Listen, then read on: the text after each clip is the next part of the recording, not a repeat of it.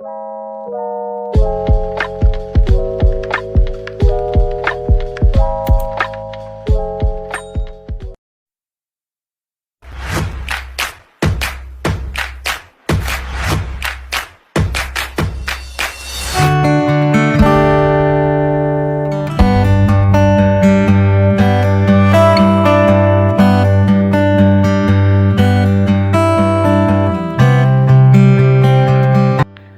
siang Ibu, dengan Ibu siapa ini?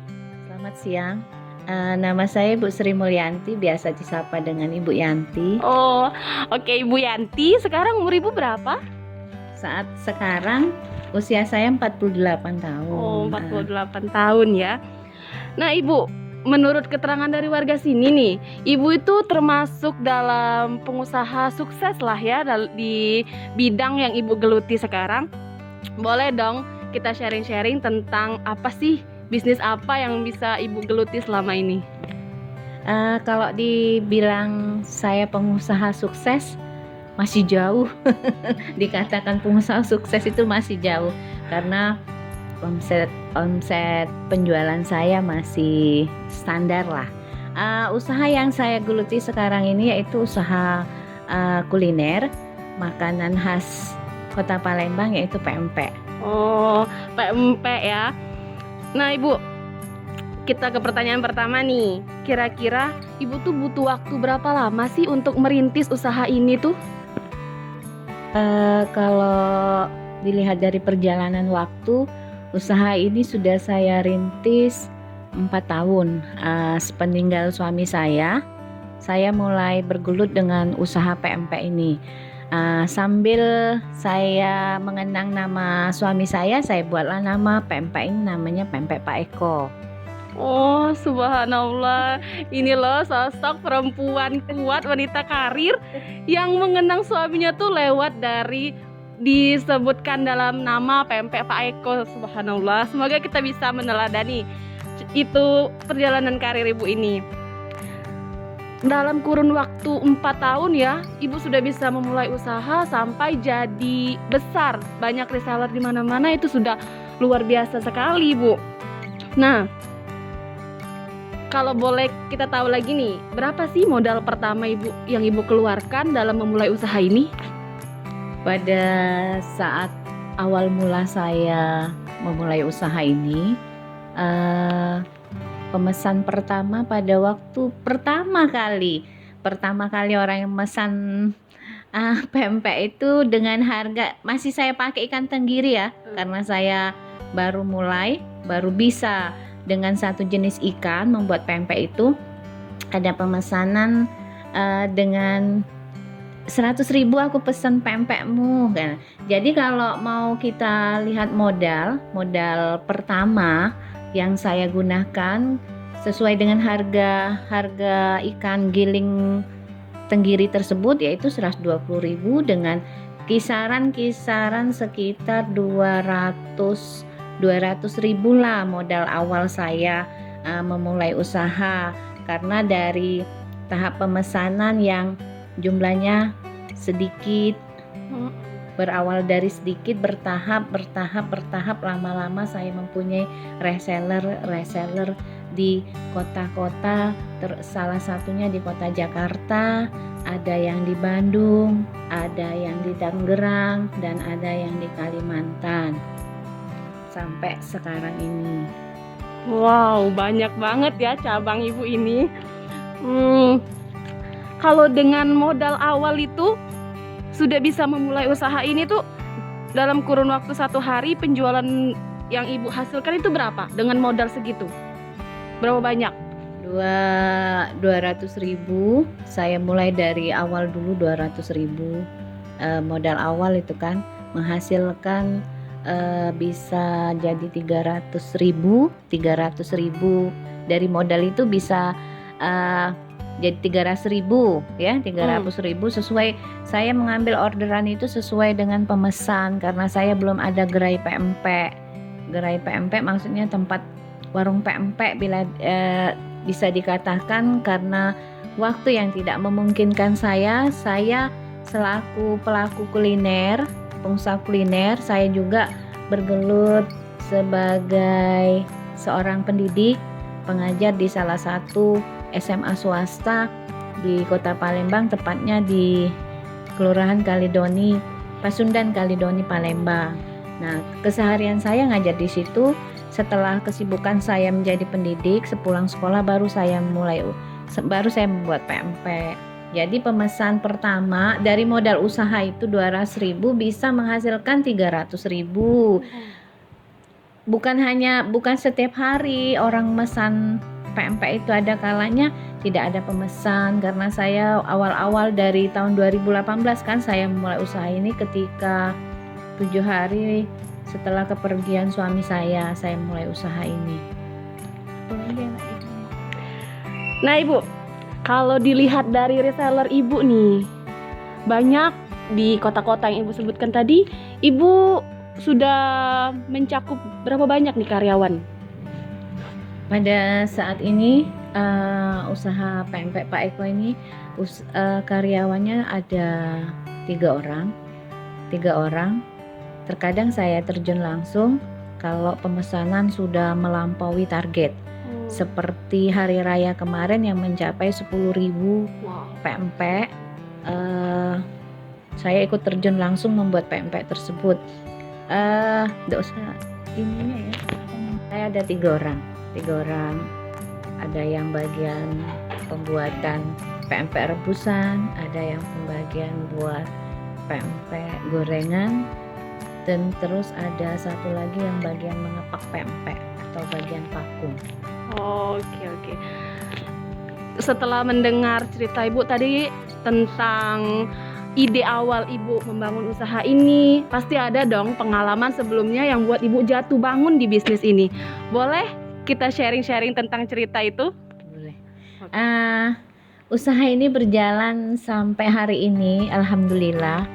Saya dari awal jatuh bangun. Kadang sewaktu itu saya jual ikan giling juga selain PMP. Jadi ada salah satu pelanggan yang membeli ikan giling saya, yang menyatakan bahwa ikan giling yang saya jual itu baunya tidak sedap, yang menghasilkan PMP yang dibuatnya itu tidak layak untuk dikonsumsi. Pada saat itu saya sempat down. Apakah usaha ini mau saya lanjutkan? Apakah usaha ini mau saya hentikan? Karena kata dilayangkannya juga di media sosial ya, media sosial lewat. Jadi ada perasaan saya takut untuk melanjutkan usaha itu, tapi saya pikir lagi, tidak boleh kita takut, tidak boleh pantang mundur. Ini hanya cobaan barangkali untuk melangkah ke selanjutnya. Supaya usaha ini menjadi sukses, aku harus kuat. Ini hanya kerikil-kerikil kecil untuk mengembangkan usaha PMP Pak Eko ini. Jadi pada saat itu aku terus, walaupun omongan-omongan orang yang mengatakan bahwa ikan giling yang aku jual itu baunya tidak sedap dan PMP yang dihasilkan tidak layak untuk dimakan. Wow, kalau mendengar cerita Ibu ini memotivasi sekali ya. Bener banget tuh kata pepatah, berakit-rakit ke hulu, berenang-renang ke tepian, bersakit-sakit dahulu, bersenang-senang kemudian. Coba kalau waktu itu Ibu memutuskan berhenti, mungkin kita tidak akan sampai pada tahap ini. Tapi Ibu benar-benar pantang menyerah.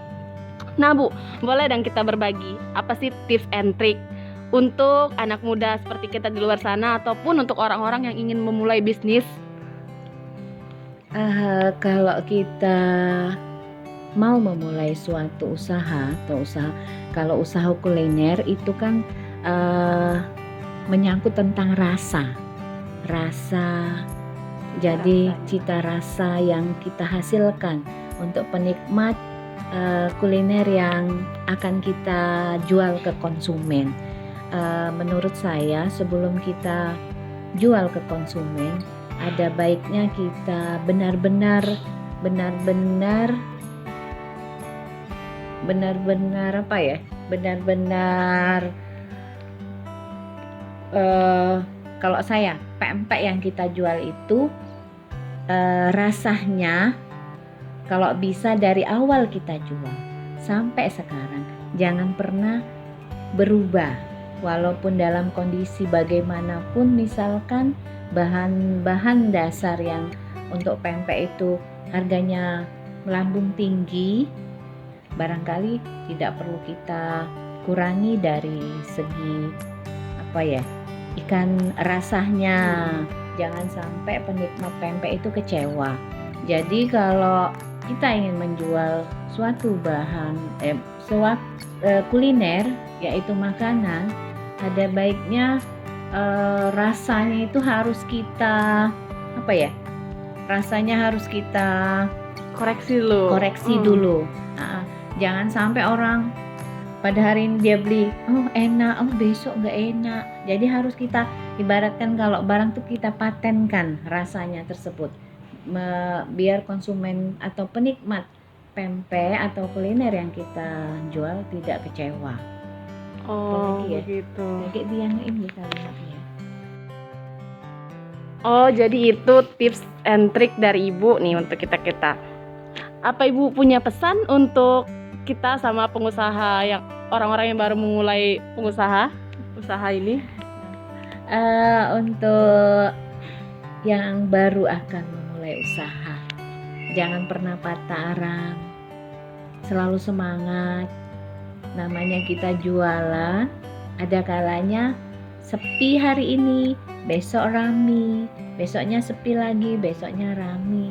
Itu jangan pantang mundur. Aku mundur, ini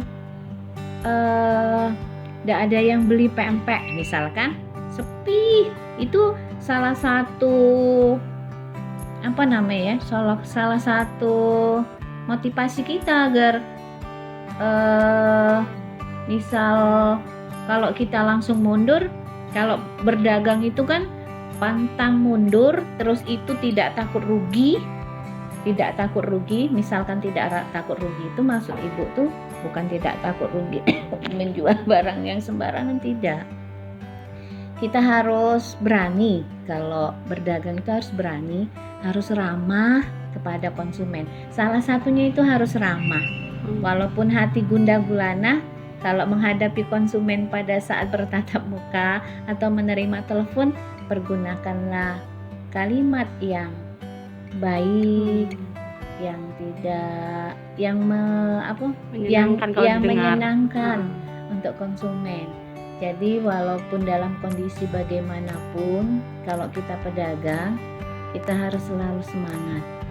Walaupun omset kadangkala turun dan kadangkala naik. Nah, tadi kita udah selesai sharing-sharing kita dengan Ibu Yanti, pembisnis sukses di daerah sini. Banyak banget pesan yang bisa kita petik dari Ibu ini tentang cerita jatuh bangun Ibu, tentang pesan-pesan untuk para pembisnis yang baru memulai usaha di luar sana.